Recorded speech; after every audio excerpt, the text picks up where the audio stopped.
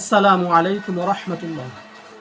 ইন্নাল হামদালিল্লাহি ওয়াহদা ওয়াসসালাতু ওয়াসসালামু আলা মান লা নাবিয়্যা বা'দা। সংক্ষিপ্ত দুই একটি কথা বলবো ইনশাআল্লাহ। আমরা রমজান মাসে যেটা শেখানো হয়েছে সেটা হলো রমজান মাসে প্রথম দশক রহমতের, দ্বিতীয় দশক মাগফিরাতের, তৃতীয় দশক নাজাতের।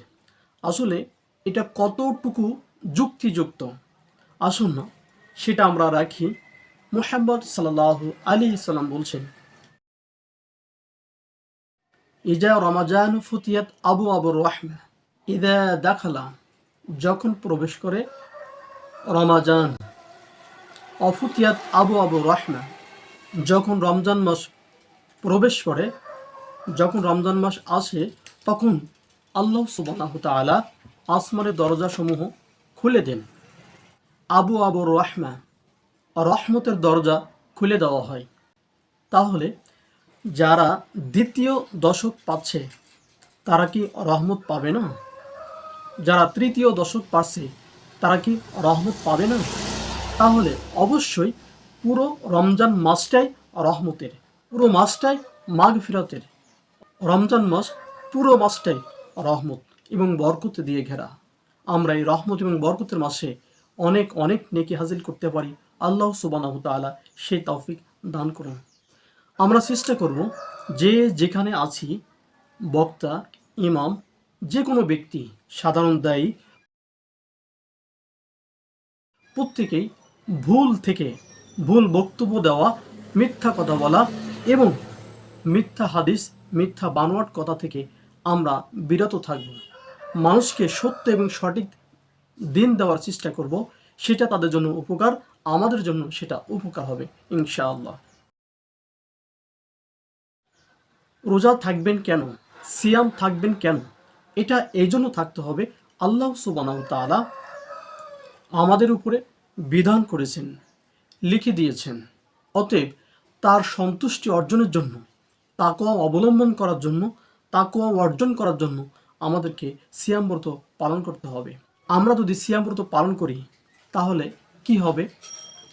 আমরা এতটুকু জানতে পারবো, মুহাম্মদ সাল্লাল্লাহু আলাইহি সাল্লাম বলছেন, যদি কোনো ব্যক্তি সিয়াম ব্রত পালন করে, আল্লাহ সুবহানাহু ওয়া তাআলা গফিরা লাহু মা তাকাদ্দাম মিন জামবি, তার পূর্বের সকল গুনাহ আল্লাহ সুবহানাহু ওয়া তাআলা মাফ করে দেন। শুধু কি তাই, আল্লাহ সুবহানাহু ওয়া তাআলা এই সিয়ামের পূর্ণ অঙ্গ প্রতিদান তিনি নিজে হাতে দিবেন। সুবহানাল্লাহি ওয়া বিহামদিহি, সুবহানাল্লাহিল আযীম। রমজান মাস সবার কাছে এত প্রিয়, এত দামি কেন? সেখানে আমরা বলবো যে রমজান মাস আল্লাহ সুবহানাহু ওয়া তাআলার পক্ষ থেকে একটা বিশেষ রহমতের মাস। এ মাসে রহমতের দরজাসমূহ খুলে দেওয়া হয়, জান্নাতের দরজাসমূহ খুলে দেওয়া হয়, জাহান্নামের দরজাসমূহ বন্ধ করে দেওয়া হয়, শয়তানকে শৃঙ্খলিত করা হয়। শুধু কি তাই, আল্লাহ সুবহানাহু ওয়া তাআলা সকলকে, যারা সায়েম তাদেরকে আল্লাহ সুবহানাহু ওয়া তাআলা ক্ষমা করে দেন। শুধু কি তাই, এই মাসে সবচেয়ে উত্তম একটি বিষয় রয়েছে, যা আল্লাহ সুবহানাহু ওয়া তাআলার পক্ষ থেকে সর্বশ্রেষ্ঠ শেষ আসমানি কিতাব আল কোরআনুল কারীম এই রমজান মাসেই নাজিল হয়েছিল। আলহামদুলিল্লাহ। এই জন্য এই মাসটা অনেক অনেক দিক থেকেই মর্যাদাবান এবং শ্রেষ্ঠ। সিয়াম যদি আমরা রাখি, এই সিয়াম ব্রত যদি পালন করি, আল্লাহ সুবহানাহু ওয়া তাআলা কি দিবেন? আল্লাহ সুবহানাহু ওয়া তাআলা মুমিনদের জন্য স্বহস্তে এর প্রতিদান নিজে হস্তে দান করবেন, প্রতিদান দিবেন।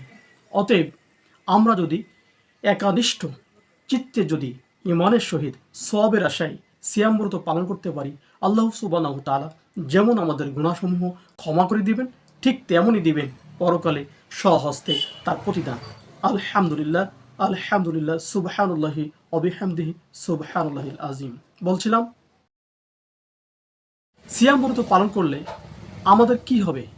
সিয়াম ব্রত পালন করলে সিয়াম আপনার জন্য কিয়ামতের কাঠগড়ায় আল্লাহ সুবহানাহু তাআলার কাছে, তাহলে আল্লাহ সুবহানাহু তাআলার কাছে আপনার জন্য সুপারিশ করবেন। সিয়াম আপনার পাপ থেকে, যাবতীয় পাপ থেকে ঢাল স্বরূপ, সে পাপ থেকে বাঁচানোর জন্য একমাত্র মাধ্যম সিয়াম।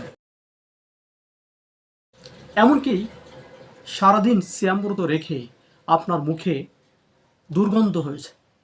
দুর্গন্ধ হয়ে গেছে, সেটাও আল্লাহ সুবহানাহু ওয়া তাআলা তিনি বলছেন যে সায়েমের মুখের দুর্গন্ধ আমার কাছে মেষ আম্বরের থেকেও সুগন্ধিময়। আসুন না আমরা সিয়ামব্রত পালন করি একমাত্র রব আল্লাহ সুবহানাহু ওয়া তাআলার সন্তুষ্টির জন্য।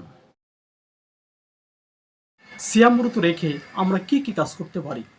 আমরা দৈনন্দিন ৫ ওয়াক্ত সালাত আদায় করবই। এর পরপরই যাবতীয় সকল সৎ কাজ, দান, সাদাকা, হালাল রুজি অর্জন, ভক্ষণ, মিথ্যা তহমত, চগলখড়ি এবং গীবত তহমত থেকে বিরত থাকতে হবে। বেশি বেশি সত্য কথা, হক কথা বলতে হবে। বেশি বেশি হাসি মুখে কথা বলতে হবে। বেশি বেশি কোরআন কারীম তেলাওয়াত করতে হবে। নিয়মিত কোরআন কারীম তেলাওয়াত করতে হবে। বেশি বেশি ইস্তেগফার করতে হবে।